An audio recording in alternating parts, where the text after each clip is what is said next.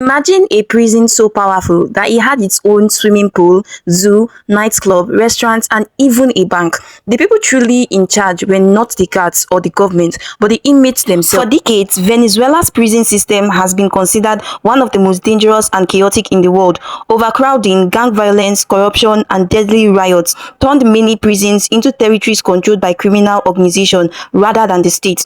In the 1980s, Venezuela's prison population began growing rapidly. Around 1980, the country's prison held roughly 12,000 inmates. By the mid-1990s, that number had more than doubled. The problem was that prison infrastructure wasn't expanding fast enough. Cells designed for a few prisoners suddenly held many more. Facilities became overcrowded, resources became scarce, and authorities struggled to maintain control. As conditions worsened, violence increased. With fewer guards and weaker government oversight, criminal groups inside prisons started gaining influence. These gangs would eventually become some of the most powerful forces in the entire prison system. One of the most unique aspects of Venezuela's prison crisis was the emergence of gang leaders known as prince.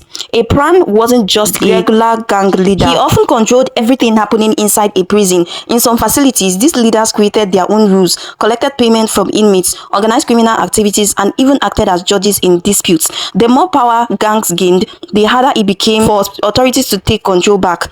And the more control gangs had, the more they could expand their criminal networks, both inside and outside prison walls. Another major issue was overcrowding. Many Venezuelan prisons operated far beyond their intended capacity. Reports over the years showed some facilities reaching more than 160%, even over 200% of their designed capacity. Imagine a prison built for 1,000 people, suddenly housing more than 2,000. Living conditions became increasingly difficult. Healthcare was limited. Food shortages were common. Violence between rival groups became frequent. Many inmates also spent years waiting for trial or sentencing due to delays in the judicial system. This meant thousands of people remained imprisoned without receiving a final court decision. Human rights organizations repeatedly raised concerns about these conditions and warned that the prison system was becoming increasingly unstable.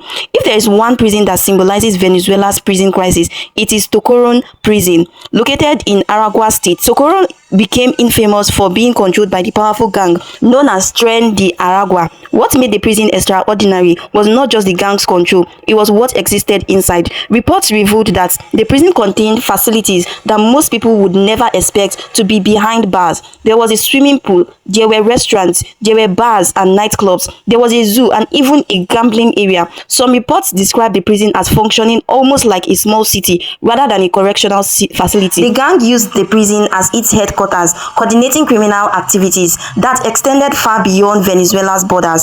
Tren de Aragua became involved in crimes such as extortion, kidnapping, human trafficking, smuggling, and other organized criminal operations across multiple countries in Latin America. The prison had become a symbol of how far state control had deteriorated. Everything changed in September 2023. The Venezuelan government launched one of the largest prison operations in the country's history. More than 11,000 soldiers and police officers were deployed to retake Tocoron prison from gang control. Armored vehicles surrounded the facility. Security forces stormed the prison. Authorities announced that they had dismantled the gang's headquarters and restored government control. Images from the operation shocked the world. People saw evidence of the unusual facilities that had existed inside the prison for years. The raid exposed just how much power the gang had accumulated. However, questions remained about how such a situation was allowed to develop in the first place. For many observers, Tocoron became a symbol of decades of systematic failures. Today, Venezuela continues attempting to restructure parts of its prison system.